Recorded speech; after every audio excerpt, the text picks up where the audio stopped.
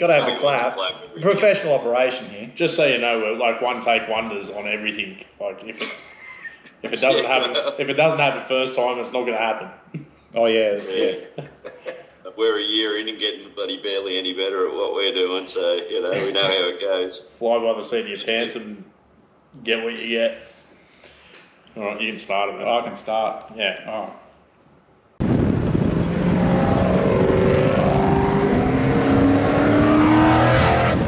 Okay. Welcome back, guys. Backyard Builds again, but slightly different setting tonight. We've got guests of the show. We have AO honoured guests, AO and Moses, roaming Moses, or Chris as he's formerly known. That's it. Yeah, occasionally known as both or either. I don't mind. Same as any of us. Just yell across. We often get confused for Mike and Frank from American Pickers as well. One's tall, one's short and fat. Well, speak for yourself. I'm still 6 foot. Okay, you got a bit on Frank then. Had you down as Tom and Zach. I knew that much. So tonight we are doing a podcast with the guys from Never Late Podcast. Yeah. So we thought we'd ask them a few questions about their podcast and get you guys to go over and have a listen to them. Yeah, check them out. They've also got a YouTube channel as well, which you can follow along with the magazine review we're going to do tonight. Yeah. I've prepared. I've got handwritten notes. Anyone think he's given a speech at the Oscars? Well, I've got a new nickname of Hollywood, so yeah. Plenty of notes and post-it notes. Oh Jesus! You've been here a while. So, do you boys want to tell us about your podcast? Yeah, it was just a bit of a brainchild, I suppose. That the beard himself sort of spoke about for a while once the Thong Slappers sort of shut up shop. And rest in peace to the Thong Slappers. Rest in peace. And, look, we just thought we'd just have a go. I don't know. Anything else, Chris, to add to that? Or well, we'd sort of spoken about it like back when you had the HQ, and we sort of became connected because I grew up across the street from Donny, the HQ Kingswood, so I sort of spotted the car, met the bloke. We went to Ararat in it to bloody do a street machine handover. Meet up with Barney and bloody Clarkey up there, and driving in the drizzle with the HQ with 16,000 Ks on it at the time. But we shot a video just explaining my connection to the car and just enjoyed it. We came away thinking, and AO said at the time, combos in a Kingswood could be a thing, and I said, geez, even if you put the kilometres on the odometer down as the title of the video and just, put these precious Ks into this HQ with 16,000 Ks on it, it would have been a good concept. So we'd brainstormed a little bit of stuff, probably a year before, and then life just does what it does. And then, again, rest in peace, Thong Slappers. But when they shut the door, that's when AO sort of mentioned to me maybe it was time for us to consider doing something like it. So it just, leaps and bounds. We put out an intro and it went off its head. Like we had one episode out, Street Machine gave us a 10-star review on whichcar.com, and we just thought, well, no choice but to keep doing it now. So might as well. It's been good listening. We didn't get a 10-star review on our first episode. No. So clearly we're not doing it right. Well, we got something about hands out of pockets and hands off hips.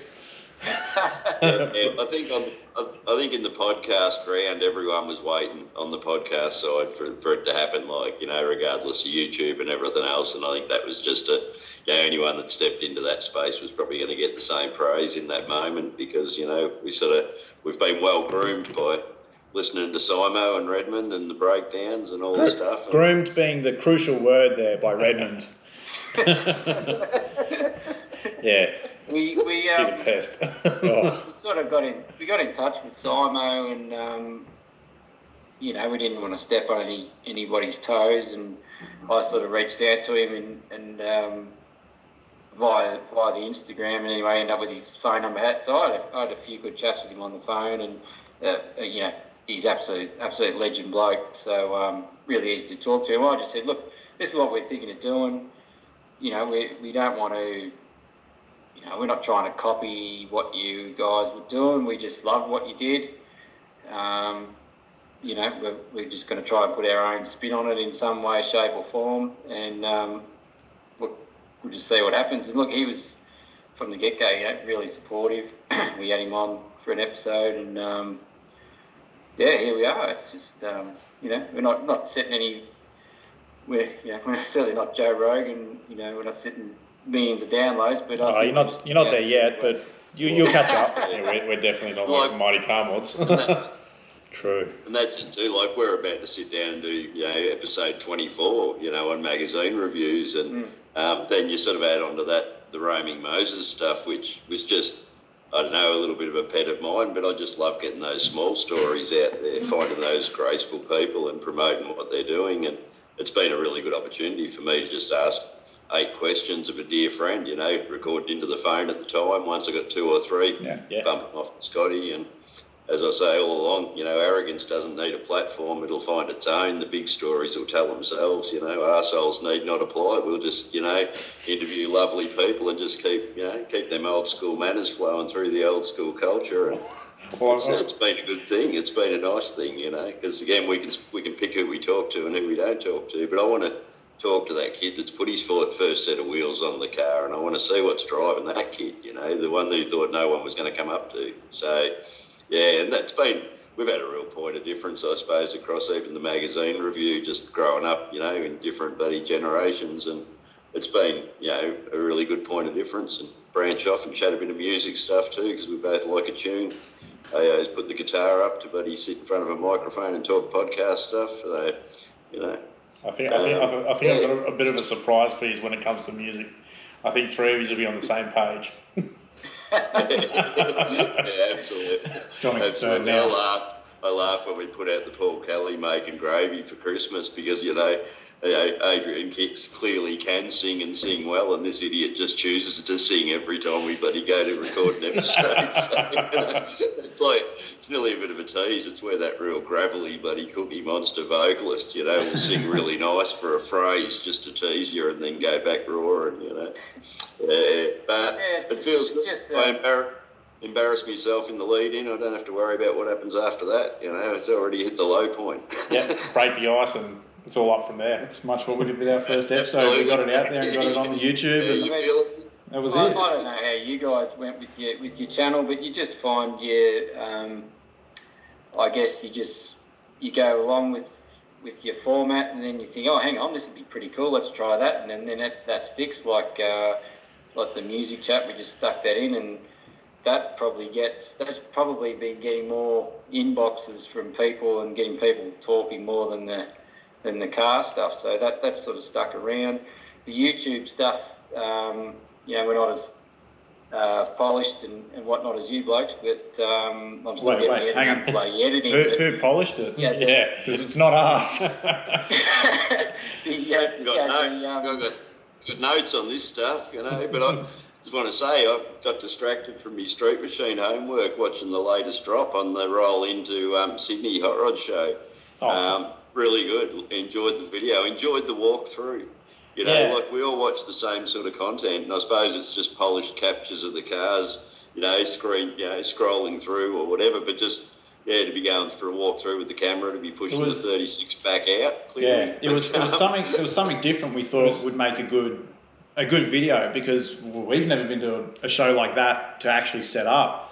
And then to go and do it, all the spectators wouldn't see it. And it's the same with the pack-up, like, no one sees that stuff except for the guys entered. Charlie's 57 on the roll-in, like, you know. That was actually on the roll-out, and that was awesome. Well, we're actually digging into my usual backyard builds Friday night time. I'm usually watching it after I put the kids to bed. So might be tomorrow's job to catch up. I think I missed last week's too, but anyway. And I get that too from you guys when I watch you sort of roaming around. Like, you know, it's sort of, we realise what we need to do more. Like, we watched our video from MotorX and went, well, hang on, we could have chatted to a few more people. We could have caught a little bit more on the way through, and you go from there. But I really enjoyed watching your video and sort of getting a few ideas of what we can incorporate into our YouTube. So I wish I got to catch up. I wish I got to catch up with you guys on the Sunday at MotorX, but just didn't work out. I think everyone went down on the Saturday, but life gets in the way. And look, to be honest, Sunday was pretty good because I don't reckon there was as many people there on the Sunday. Like, you'd be able to take good pictures of the cars and without people sort of walking in front and fighting with people. So it was probably good being there on the Sunday, to be honest. But we did miss out a lot of people. We had a few people come and tap us on the shoulder, and gave out a stack of stickers, so it was cool. It's good. Yeah, I think we sold shirts and hoodies at Rod and Custom, and I think we sold like $380 worth. But someone here gave out about $450 worth of stickers. There's about 900 parents out there that would curse me right now because they've got stickers all over their cars now and all over the TV and windows and Christ knows what else. But we're out of stock of stickers, so... Yeah. I was thinking about D-Sticker and the Nash, and I'm looking at it, and it's got the bloody hashtag Mutt on it. It's got just everything all over. I reckon it's got bloody, crazy customs. It's got, custom cars, Oz, bloody never late. It's like, I don't know where to start. But I think it's one off all. A bit like my toolbox in the shed. Yeah, I see Barney stuck them all on the underside of his bloody Valiant that he's working on Valerie, so that's probably a good side to open the boot lid and they're laid up there. But stickers are a good thing. So boys, where can people go to find your podcast? It's all over the place. It's on the big ones, Spotify, Apple, where else, Podbean, just about everywhere. The hosting site we've got, pretty much just puts it out everywhere. The big ones, according to the data we get, mostly is Spotify or Apple. Yep. And then there's a couple of the other ones, like there's, I can't even remember, Podbean. I think you can actually, if you type it into Google, I think all the episodes just come up to Google as well. So you can just play it via Google. So, it's all there. It's on Instagram. We've not long started the Facebook. I started the Facebook because I was told you could put your podcast on there, and I haven't been able to get it to work. So. Anyway, we'll figure it out, there's a link tree on the Never Late podcast. The Never Late podcast Instagram as well. The link tree up there, and it's got links to it on the Spotify and the iTunes stuff. So. Yep. We're probably most active on the Instagram. It's just a bit easier to operate, I reckon. But, that's where we're most active, apart from obviously YouTube. Instagram is much easier to work. Yeah, I think so. You've had some glitches getting stuff down onto YouTube, though, haven't you? Like really slow bloody upload times. Oh, it's just I can't figure out the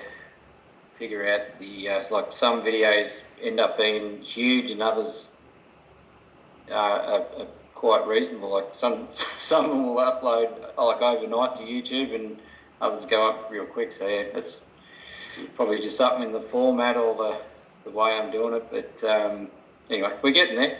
It's been a learning curve. That's good. All right, well, I think we'll wrap this episode of Backyard Builds Up, and we'll be back to the shed next week. Or the week after. You never know. We're all over the place, guys. You know us.